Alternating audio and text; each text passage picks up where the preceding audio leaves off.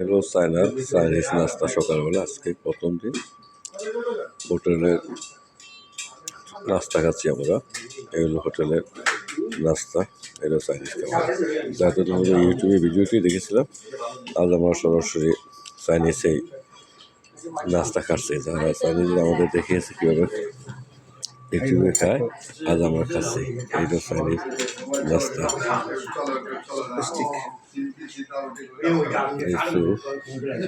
এই ওয়াটার, এই পানি, এই মিষ্টি আলু, এই নুডলস, এই রাইস, এই নুডলস, এই আরও কিছু আছে।